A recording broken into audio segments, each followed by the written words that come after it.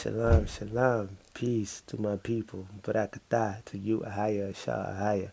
All praise, always. I love y'all. You love me back. Say it back. But yo, I want to talk about this Second Samuel chapter 24 right here. And I want to show you guys a situation where David's heart, is after Ahaya Ashar's heart, meaning that he's willing to fulfill the intent of Ahaya, whether it be for good and whether it be for evil. And I'm about to show you that there is no devil, that there is no mythical person, mystery person doing these things. All things is done by Ahaya, Ashar, Ahaya, and how they play tricks within this book. And you have to read it as such.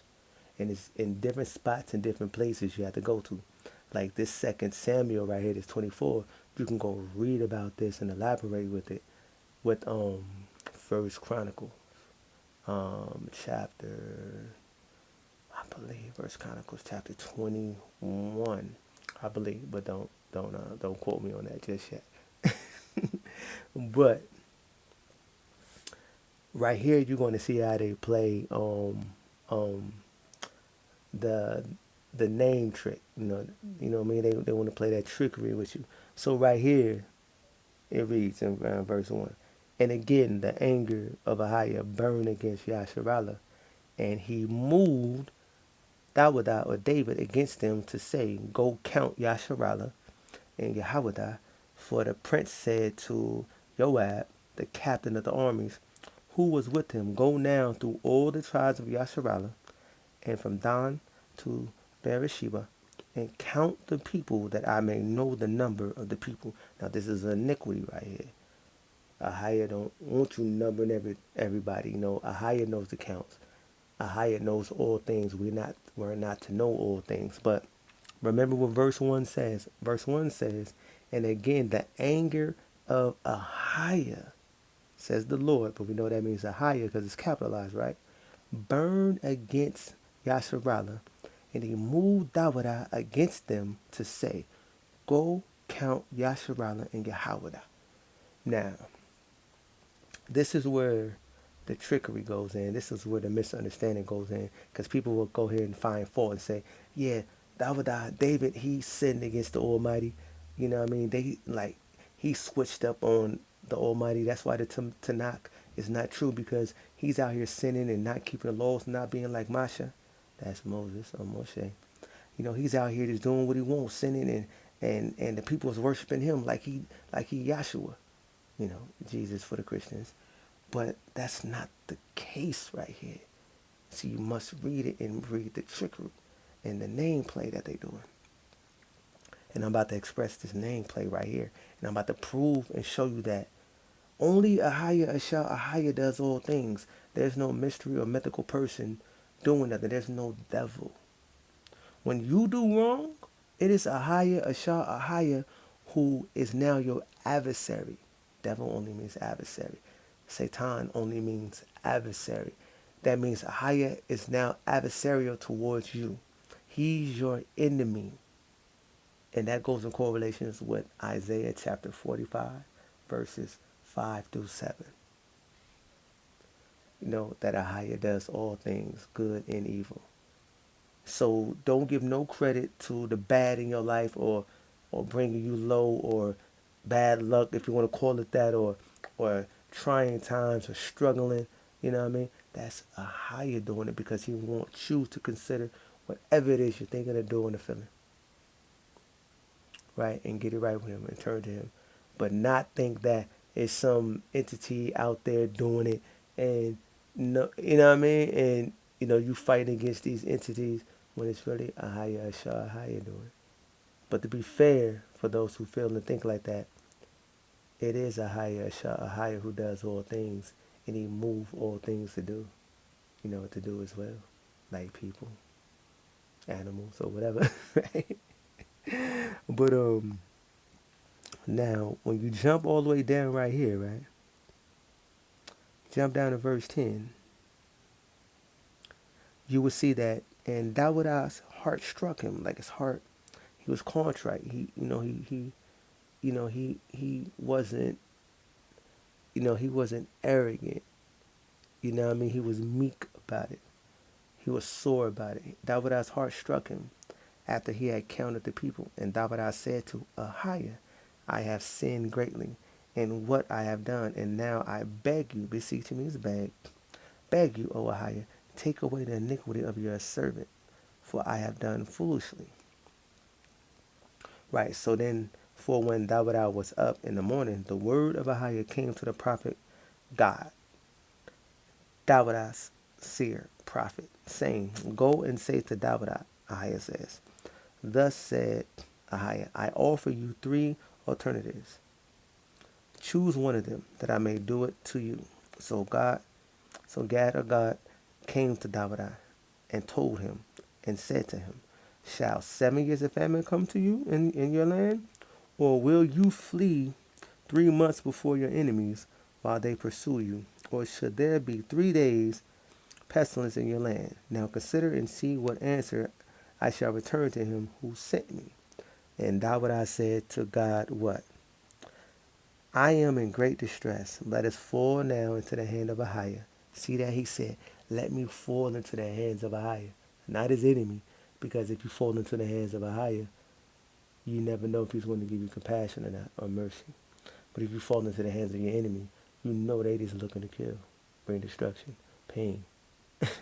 you know? So he said, Let me fall into the hands of AHAYAH, for his mercies are great. Let me not fall into the hand of man. Now, keep in mind here that verse 1 tells you that the anger of AHAYAH burned against Yasharallah, Israel, and moved David against them to say, Go count Israel and Yahweh. So Yasharallah sinned greatly and pissed the Almighty off. So he moved his sword, who was Dawidah, his righteous one, whose heart is after his, to do his intent. See, we know the spiritual side, but on the physical, humane side, the human side, he used Dawidah to do it. And we must understand that and not just take it as, well, Dawidah sinned against the Almighty and, he wasn't a righteous person, he wasn't a good person. No, AHAYAH moved him. Same way we see with the story in Exodus, how AHAYAH hardened Pharaoh's heart. Pharaoh couldn't stop feeling it, doing what he was doing, because AHAYAH moved him and hardened his heart. To do what? To fulfill his will and his intent. So this is why David is considered to have a heart that's after AHAYAH's. That means whatever AHAYAH wants to do, good or bad, Dawidah was willing to do it, good or bad. That's called understanding the Almighty right there. See, we would sit back and judge and say Dawidah was a sinner. He did it, which he was. But the Almighty considered him as a man after to do my intent, whether it be good or evil. Now let's see the wordplay trickery right here. I believe it's First Chronicles. So I think that's in the writings. Right. Okay. Cool. First Chronicles. I think it's 21. Now, so this is the same scenario. Look what it says. And Satan stood up against Yasharallah. See how it says now? This is the same scenario. But it says, and Satan stood up against Yasharallah and provoked Dawidah to make a census. Was that census? A census of Yasharallah. See how it says Satan right here? But when you go into, see, Chronicles is talking about the Chronicles of what took place in that Samuel with Dawidah. So right here it says Satan, but in First Samuel, what was that, Second Samuel? But in Samuel, it said the Lord, or AHAYAH. See, this is the wordplay trickery right here. See, AHAYAH is your enemy, like I'm saying. He becomes your adversarial enemy When you do wrong against him, when you are not keeping the way, the testimony, the law, the ordinances, judgments, and statutes, when you are not looking to him and him alone, when you turn your back on him, when you turn your back on all that he stands for, he becomes your Satan, your adversary. So that's why it said, so this should read, AHAYAH stood up against Yasharallah, and AHAYAH provoked David to make census of Yasharallah. And David said to Joab, go to the rulers of the people, go count Yasharallah from Beersheba to Dan, and bring their number to me that I may know it. So do you guys understand what I'm saying here? Do you get it now? How you must be willing to do whatever for the Almighty, whether good or bad, because AHAYAH is your deliverer and he is your sword. Choose your ladder. So if you're looking to do good, do good. So AHAYAH can bless you, barak you, and do good by you. But if you do evil and do bad, or stay in idolatry or turn to idolatry and forget who is your power, your Malak, which is AHAYAH, AHAYAH, then he becomes your sword, your Satan. Now he becomes adversarial to you. And you won't consider that it's him doing it.